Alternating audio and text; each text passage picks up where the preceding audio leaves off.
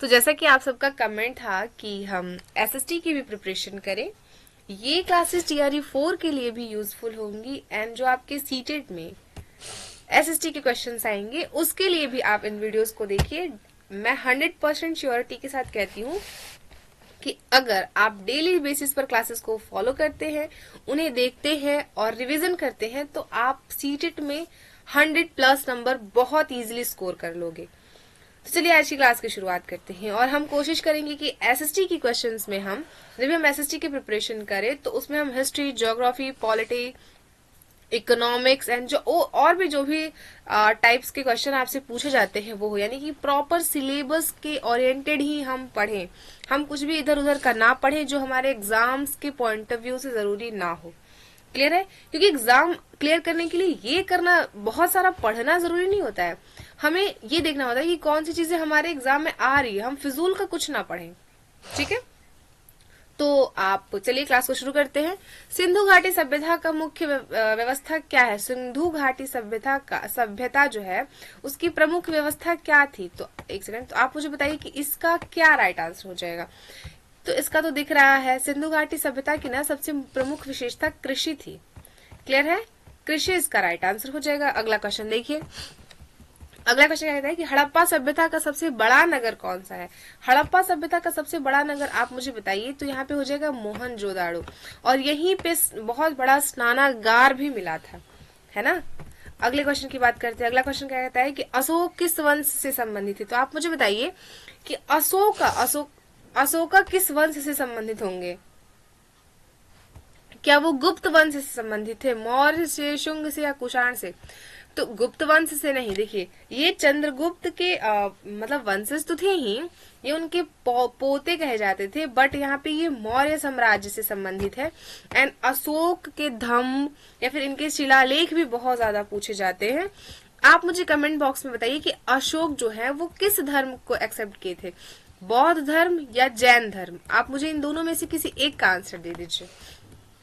1857 1857 का विद्रोह सबसे पहले कहाँ हुआ था? और ये जो चीजें है ना, आप देख लो कि एसएसटी में सीटेट हो या फिर टीआरई हो, ये टॉपिक्स ऐसे हैं जिसमें से 1 से 2 क्वेश्चंस आपसे पूछे ही पूछे जाते हैं। तो मैं तो कहती हूँ कि जो एग्जामिनर्स के फेवरेट टॉपिक्स होते हैं, हमें उसको तो कम से कम रेडी करके ही जाना चाहिए एग्जाम में। तो बताओ, 1857 का विद्रोह सबसे पहले कहाँ हुआ था? तो ये तो सभी को पता होना चाहिए कि ये विद्रोह मेरठ में हुआ था। आंसर सी इसका बिल्कुल सही हो जाएगा। अगले क्वेश्चन की बात करते हैं। अगला क्वेश्चन कहता है कि भारतीय राष्ट्रीय कांग्रेस की स्थापना कब हुई थी? तो भारतीय राष्ट्रीय कांग्रेस की जो स्थापना है वो कब हुई थी? 1905 में नहीं, 1905 में तो बंगाल विभाजन हुआ था। 1920 में नहीं, 1942 में भी नहीं, 1885 में। और 1885 में कांग्रेस की स्थापना किसने की थी? तो ये थे ए ओ ह्यूम। क्या हो जाएगा right answer? Option number A बिल्कुल सही जवाब है। क्लियर है? अगले क्वेश्चन की बात करते हैं। अगला क्वेश्चन क्या कहता है हमारा यहाँ पे कि एक सेकंड, भारत में सबसे लंबी नदी कौन सी है? तो अगर आपसे पूछा जाए कि भारत की सबसे लंबी नदी कौन सी है, तो ब्रह्मपुत्र, गंगा, यमुना, गोदावरी नहीं। भारत की सबसे लंबी नदी है 25-25। गंगा की कितनी लंबाई है? तो 25-25 गंगा की लंबाई है, और ये गोमुख ग्लेशियर से निकलती है। वही अगर आप बात करते हो तो गंगा जो है वो 5 या 6 राज्यों से, आप एक बार देख लेना, बहते हुए बंगाल की खाड़ी में गिर जाती है और डेल्टा बनाती है। वही यमुना नदी गंगा की सहायक नदी है। गोदावरी, कृष्णा, ये सारी की सारी नदियां ये प्रायद्वीपीय भारत की नदियां हैं। वही ब्रह्मपुत्रा नदी को हम जमुना के नाम से भी जानते हैं, इसे सांगपो के भी नाम से जानते हैं। और ये बंगाल की खाड़ी में जब गिर जाती है तो गंगा के साथ, गंगा की जो धारा आती है मेघना, उनके साथ मिलकर उनके साथ मिल जाती है और बंगाल की खाड़ी में जाकर के क्या करती है कि वहां पे डेल्टा का निर्माण करती है। और गंगा ब्रह्मपुत्र का मैदान जो है वो बहुत सारे अनाजों के लिए, लाइक जैसे धान, गेहूं, इनके लिए बहुत उपयोगी होता है। अगर आप मैप में देखना चाहो तो ये, एक सेकंड,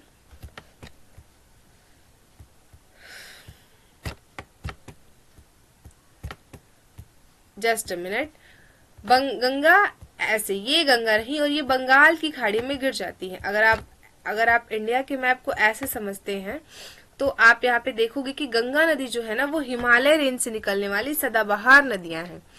क्लियर है। मानसूनी पवनें किस महासागर से आती हैं? आप मुझे बताओ कि मानसूनी पवनें जो हैं वो किस महासागर से आएंगी। तो आपको पता है कि अगर हम अपने इंडिया के इसी मैप को समझ ले, एक बार ऐसे ही समझ लीजिए, तो आपको पता है कि यहाँ पे श्रीलंका है, और उसके बाद ये बंगाल की खाड़ी है, और यहाँ पे अरब सागर है, इसके नीचे हिंद महासागर है। ये पूरा का पूरा जो एरिया है ना वो हिंद महासागर का एरिया है, ये हिंद महासागर का एरिया है। तो क्या हो जाएगा यहाँ पे, प्रशांत अटलांटिक नहीं, यहाँ पे हिंद महासागर होगा। तो इसका राइट आंसर है ऑप्शन सी, बिल्कुल सही है। काली मिट्टी किस फसल के लिए उपयुक्त है? तो आप मुझे बताइए कि काली मिट्टी किस फसल के लिए उपयोगी होगी। क्या गेहूं में काली मिट्टी की जाएगी? चावल नहीं, कपास के लिए। काली मिट्टी जो है वो कपास की खेती के लिए ही ज्यादा प्रसिद्ध है, और इसे हम ज्वालामुखी मिट्टी भी कहते हैं। अगर आपसे पूछा जाए कि काली मिट्टी का निर्माण कैसे होता है, तो आप सीधा बताइए कि काली मिट्टी जो है ना वो ज्वालामुखी से जो राख लावा निकलता है, उसके बाद ये प्रोसेस बहुत समय लगता है इसमें, उसके इरोजन के कारण वो चट्टाने जो है वो टूटते टूटते मिट्टी में परिवर्तित हो जाती है और काली मिट्टी बनती है, इसे हम रेगुर मृदा भी कहते हैं। और ये कपास की खेती के लिए बहुत ज्यादा उपयोगी है। वही कपास की खेती के लिए गुजरात, महाराष्ट्र, मध्य प्रदेश, ये सारे के सारे राज्य, कर्नाटक प्रसिद्ध हैं, और यहाँ पर कपास की बहुत अधिक खेती होती है। और भारत का मैनचेस्टर अगर आपसे पूछे तो आप अहमदाबाद ट्रिक करिए। क्लियर है। भारत का सबसे बड़ा पठार कौन सा है? तो आप मुझे बताओ कि भारत में सबसे बड़ा पठार कौन सा है। आप यहाँ पे बताइए, देखिए पहाड़, पठार, मैदान। अगर हम भारत के भूमि को बांटते हैं तो वो 3 पार्ट्स में मेनली डिवाइडेड होती हैं, जिसमें कि आप माउंटेन एरियाज को देखते हो, फिर आप लैंड्स एरिया को देखते हो, एंड आप पेनिनसुला को देखते हो। क्लियर है। तो छोटा नागपुर है, मालवा है, दक्कन है, बुंदेलखंड है। राइट आंसर हो जाएगा दक्कन का पठार जो है ना वो भारत में सबसे बड़ा पठार है। क्लियर। अगले क्वेश्चन की बात करते हैं कि रेगिस्तान में वर्षा क्यों कम होती है। आप मुझे बताओ कि रेगिस्तान में जो हमारा ये वाला रेंज है, ये हमारा गुजरात हो जाएगा, बट ये वाला जो हमारा रेंज है यहाँ पर सबसे कम वर्षा क्यों होती है? अधिक वनस्पतियां हैं इसलिए कम वर्षा होती है? नहीं, अगर अधिक वनस्पतियां होंगी तो वर्षा अधिक होगी। लाइक जैसे असम हो गया, मेघालय हो गई। अधिक आर्द्रता है, शुष्क हवाएं हैं, या अधिक नदियां हैं, इसका हो जाएगा शुष्क हवाएं। शुष्क हवाएं ही हैं जो रेगिस्तान में कम वर्षा कराती हैं। क्लियर है।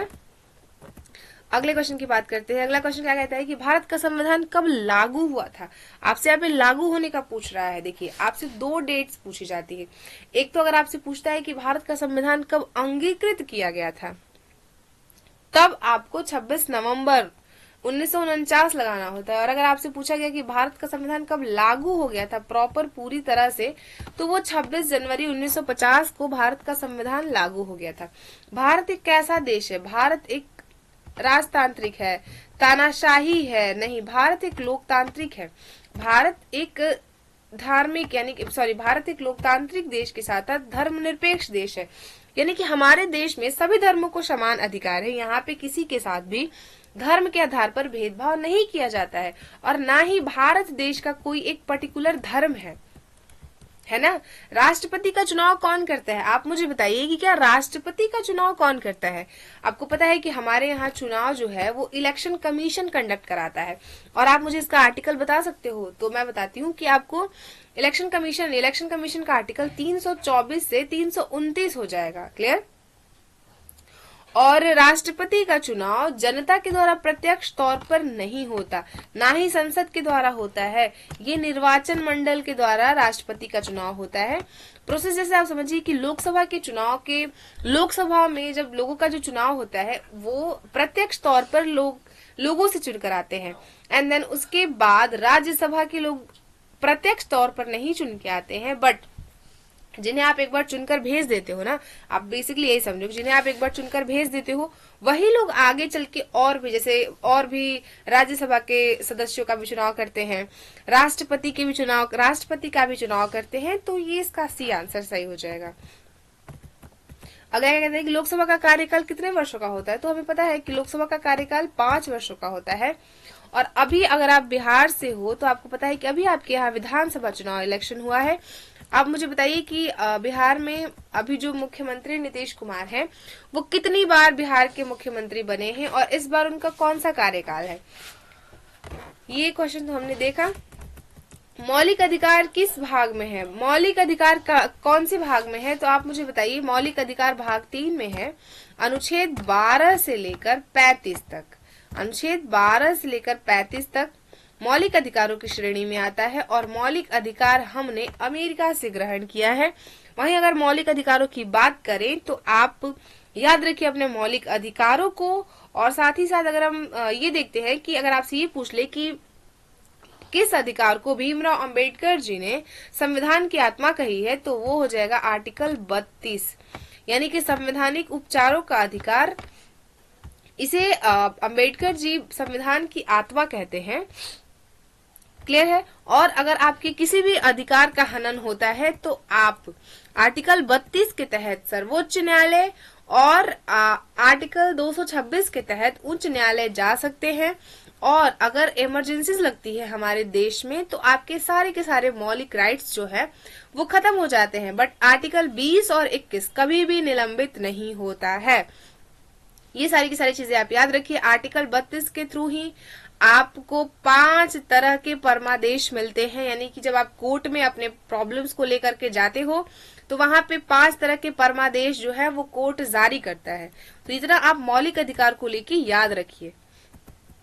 क्लियर। अब देखिए कुछ इकोनॉमिक्स के भी क्वेश्चन करते हैं हम। अर्थव्यवस्था में कितने क्षेत्र होते हैं, तो बताओ कितने क्षेत्र होंगे। अर्थव्यवस्था में ना टोटल 3 क्षेत्र होते हैं, है ना। प्राथमिक क्षेत्र में क्या शामिल है, प्राथमिक क्षेत्र में सबको पता है कि कृषि शामिल होती है। द्वितीय सेक्टर में क्या शामिल होगा आप बताओ। अगले क्वेश्चन की बात करते हैं। बेरोजगारी का अर्थ क्या है, कम वेतन, काम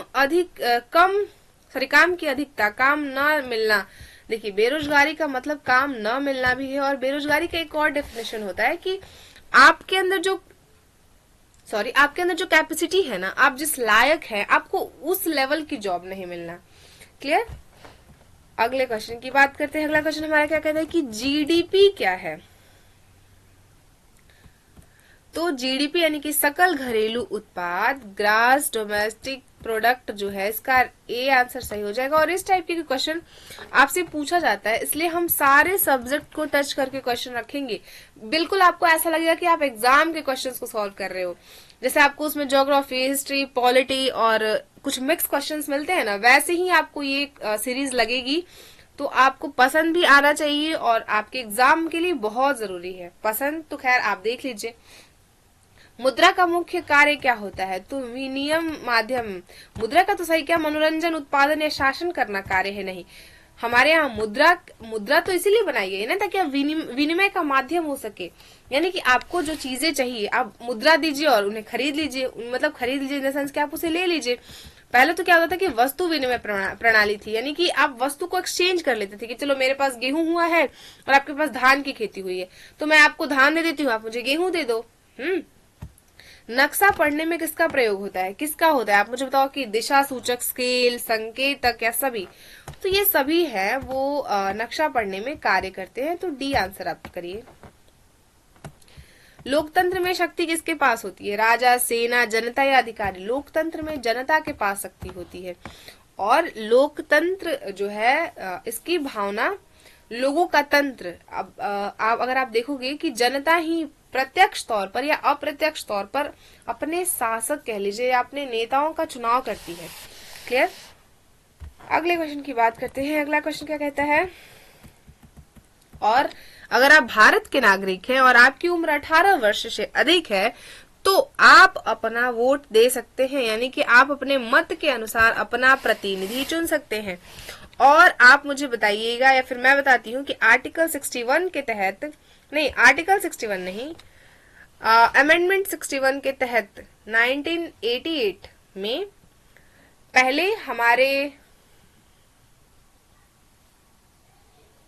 जस्ट मिनट, चलिए इसे स्किप करते हैं। अगला क्वेश्चन हमारा क्या कहता है कि भारत में सबसे अधिक जनसंख्या वाला राज्य कौन सा है। भारत में सबसे अधिक जनसंख्या वाला राज्य, बहुत ज्यादा लेंदी हो जाएगा वीडियो। इस टाइप पे इन सारे के सारे टॉपिक्स पे मैं क्वेश्चन ही क्रिएट करके आपसे पूछूंगी ताकि आपको बताने में भी इजी हो और आपकी प्रैक्टिस भी अच्छी खासी हो जाए। तो भारत में सबसे अधिक जनसंख्या कहाँ होगी, आप बताइए। उत्तर प्रदेश, बिहार। देखिए, भारत में सबसे अधिक जनसंख्या तो उत्तर प्रदेश के पास है, और अगर आपसे पूछता है कि सबसे अधिक अनुपात में जनसंख्या कहाँ है, यानी कि जनसंख्या रेशियोज कहाँ ज्यादा है, तो वो बिहार हो जाएगा। क्लियर है ना। अगले क्वेश्चन की बात करते हैं। पंचायती राज व्यवस्था कितने स्तर की होती है? तो पंचायती राज व्यवस्था आपको पता है कि 3 स्तर पर होती है, ब्लॉक, नगर पालिका।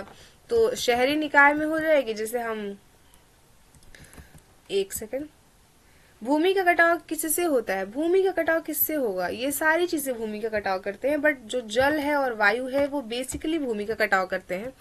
सामाजिक विविधता का अर्थ क्या है? सामाजिक विविधता का अर्थ क्या हो सकता है? एक रूपता, भिन्नता नहीं, यहाँ पे भिन्नता है। सामाजिक भिन्नता का अर्थ है कि आप जो है, हम अलग अलग धर्म के हैं, अलग अलग जाति के, अलग अलग वेशभूषा के हैं, अलग अलग संप्रदाय के हैं, अलग अलग भाषा बोलते हैं, अलग अलग कपड़े पहनते हैं, अलग अलग खाते हैं, बट है तो हम भारतवासी ना। तो ये चीजें है कि हम भारतवासी हैं, और हमारा देश इसीलिए तो हमारा देश क्या है, हम क्या कहते हैं कि हम भारतीय हैं। हम विभिन्नताओं में भी एकता है, एकता के साथ रहते हैं, है ना।